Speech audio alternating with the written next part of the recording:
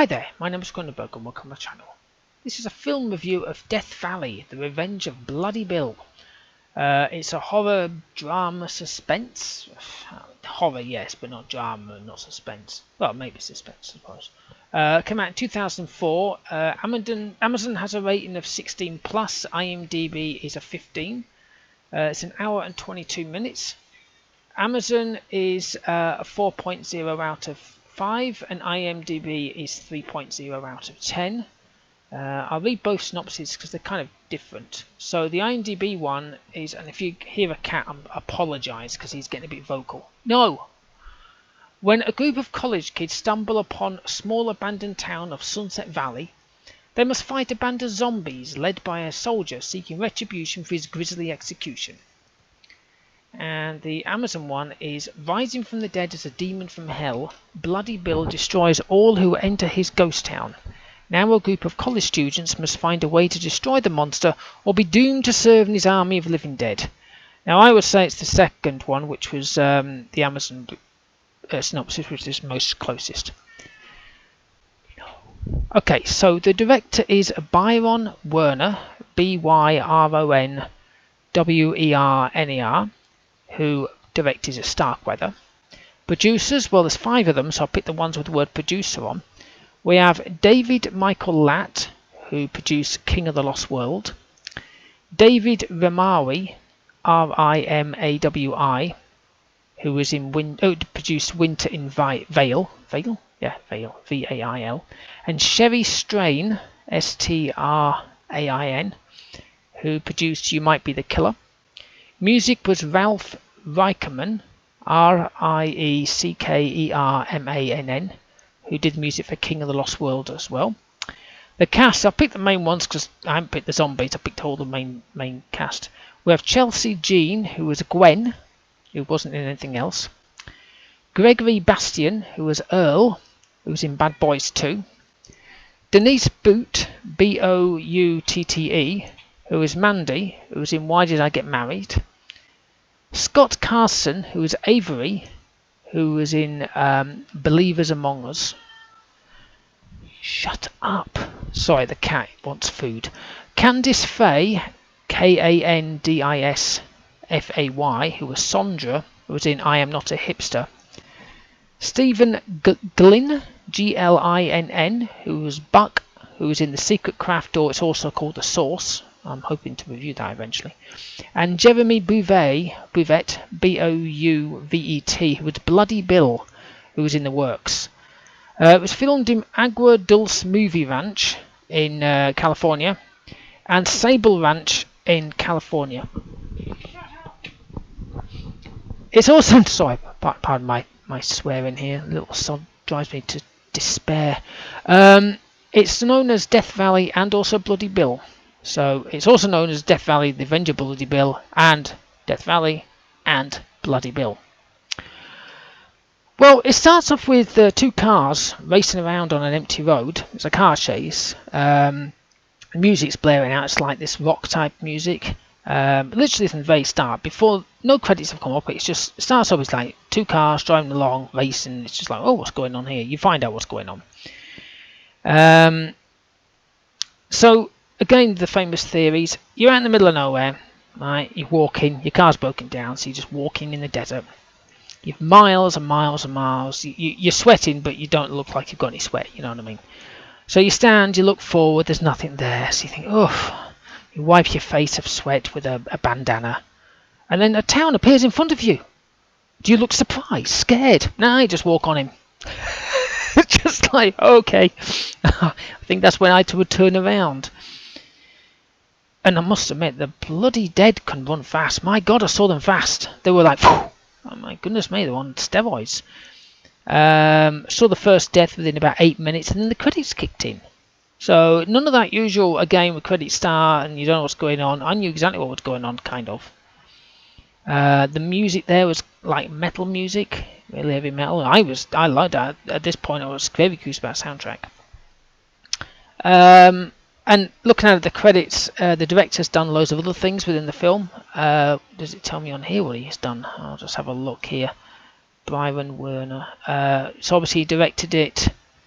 He did the cinematography. He did. Well, I say he did loads of things. It just came up with his name. It looked like it came up with his name about 5 times, but it didn't. Oh well. Now it seems the college kids are off for a tournament, a debating tournament. It was like, oh, okay. Don't they normally go for things like football and hockey? But apparently not. It's a debating tournament, which was the most weirdest thing I've ever heard in a film, I suppose. But people do that, I suppose. The interesting thing, and it does show you this at the very beginning, so it's not like you're missing out on or anything. So I thought it was kind of cool. So the town Sunset Valley, right, has a population count. It's in Wood, Sunset Valley, and it's a population count of 99. And then after that guy died, just told you, partially, then it became 100. I thought, oh, okay, that's cool. I like that. That was alright. Because obviously he's dead.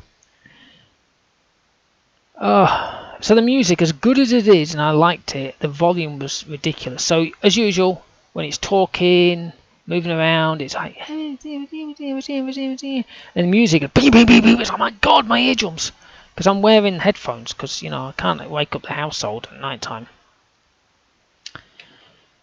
Phrases. I wish that some of them would use some different phrases. So we have. Oh, that cat is going to be the death of me. We have Gregory Bastian, who was Earl, who was trying to get people to go into this house. And all he heard was, come on, come on, come on, come on, come on, come on. And they all just stood there and like, come on, and walking, come on, come on. I thought, what the hell? Are you talking to a cat? Like I would with this one. I'll probably say a few choice words to him other than that. And then another one, a girl, or a woman even, sees this kid. And she goes, hey, little girl. And then I think they did a bit of editing by mistake, because then she went, hey, little girl. And then as the girl was walking away, all I heard was, hey, hey, hey, hey. I said, are you talking to a horse? The special effects and the zombies were good, though. I watched one whilst this guy was taking an axe from the head of one that they killed. I thought that was quite cool, if that makes sense. Jerry is giving us a monologue of what happened to Bill back in the day. So it's obviously a flashback type of video. This is what happened with the grainy image, but my God, it was on overdrive. I couldn't see half the screen behind it. It was like, and this is what happened to bloody Bill and this so-and-so. And I was like, I thought I couldn't. You got the the white lines that kind of like symbolizes some sort of grainy images. It was literally white line, thousands of white lines, and you can just about make out somebody behind. I thought, hang on, is that Bill behind? No, it's another guy. Okay, right, fine. So, there was no quotes as such because it was quite enjoyable and weird at the same time. But basically, there's a point where Earl he's been snorting some cocaine all the way through the film. Not that in the actual film. And then he has to go and do something, and he's like, oh, I don't think I'll be able to do this. And he just gets the bag of cocaine and just shoves his face into God. Yep, I can do it now. I was like, oh, okay. It's just so funny. We just went on a nut. It's like, yeah, let's kill him all.